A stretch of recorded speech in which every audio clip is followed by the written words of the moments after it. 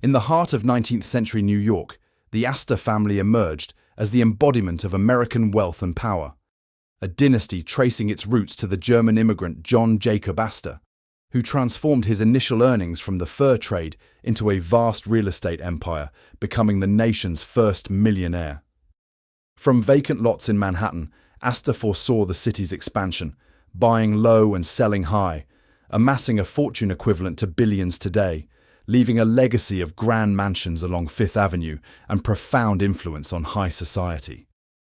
Yet beneath this splendor lay simmering family tensions, beginning with the rivalry between branches, as William Waldorf-Astor, disillusioned with New York society, relocated to England and erected the Waldorf Hotel in 1893 on the site of his former home at Fifth Avenue and 33rd Street, a magnificent 13-story structure intended to assert his status, but inadvertently sparking a covert feud with his aunt Caroline Schermerhorn Astor, the queen of the elite.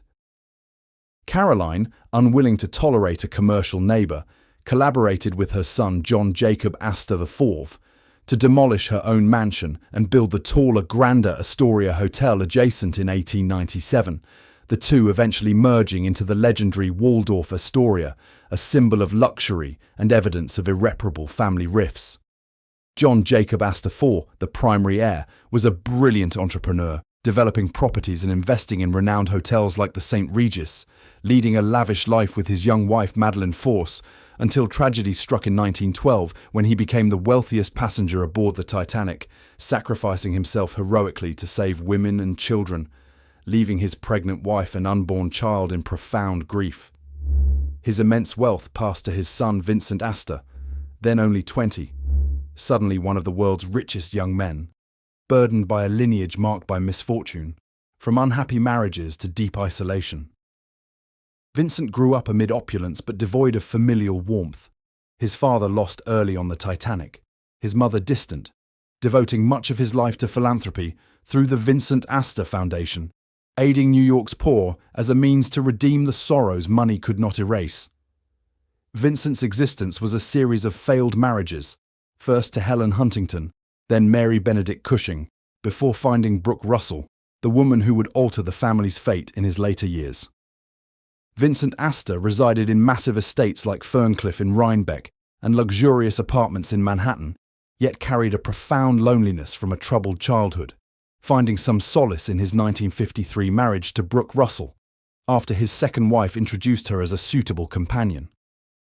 Brooke, born in 1902, had endured 2 prior marriages, one to an abusive husband and another to wealthy investor Charles Marshall, leaving her with son Anthony Dryden Marshall, whose mother-son relationship grew increasingly complicated over time.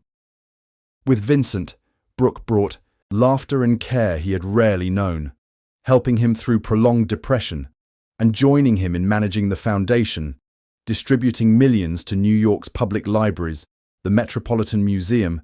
and housing projects for the poor.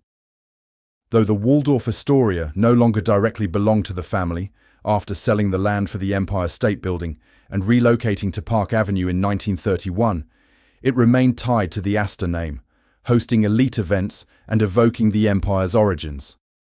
Vincent died in 1959 from a heart attack at age 67 in his East End Avenue apartment, bequeathing his entire fortune to Brooke rather than other relatives, a controversial choice reflecting his late-found love for his third wife.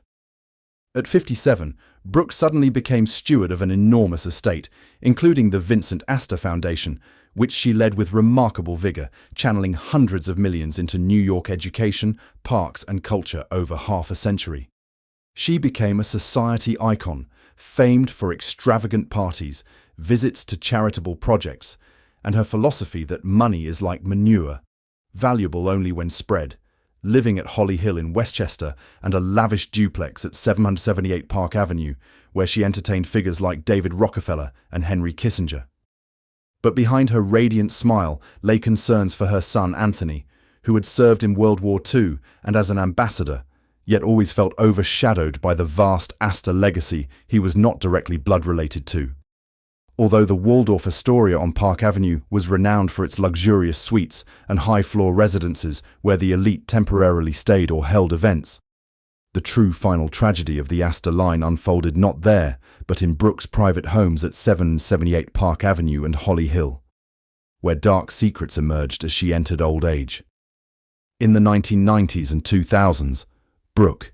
then in her 90s and later over 100, suffered from Alzheimer's and age-related illnesses, living isolated in her beloved duplex, with priceless paintings like those by Childe Hassam on crimson walls and antique furnishings. Her son, Anthony Marshall, elderly himself and married to Charlene,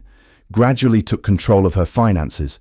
initially with Brooke's trust, but suspicious actions soon appeared as he persuaded her to alter her will multiple times, reduce staff and medical care, leaving her in deteriorating conditions with filthy floors, worn bedding, and neglected pets.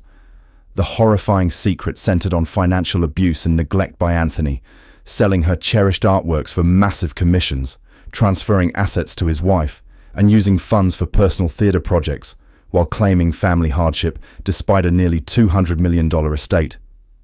The luxurious high-floor living evoked in the title likely refers to Brooke's opulent Park Avenue duplex, once a throne of high society, now an invisible prison of loneliness and betrayal, its walls witnessing her icon's decline. Grandson Philip Marshall, Anthony's son, first uncovered and reported it, gathering evidence from former staff and friends like Annette de la Renta and David Rockefeller, leading to a 2006 lawsuit accusing his father of elder abuse. The Brooke Astor case became the greatest scandal in 21st century New York high society, with the 2009 trial resulting in Anthony Marshall's conviction on 14 counts from grand larceny to conspiracy, sentenced to prison despite his age, and his accomplice lawyer guilty of forging wills. Brooke died in 2007 at 105 at Holly Hill after years of suffering, but much of her legacy was preserved through timely intervention, with millions continuing to support New York education and Central Park. Anthony died in 2014, with his reputation destroyed, while Philip advocated for elder rights. The Astor dynasty, once dominating New York from fur trade to real estate, ended in greed and betrayal, from John Jacob IV's Titanic death to Brooke's decline, reminding that wealth cannot secure family happiness or immortality. The Waldorf-Astoria, changed owners many times, still stands on Park Avenue as a silent witness to an empire's rise and fall, its Art Deco halls holding memories of past glory.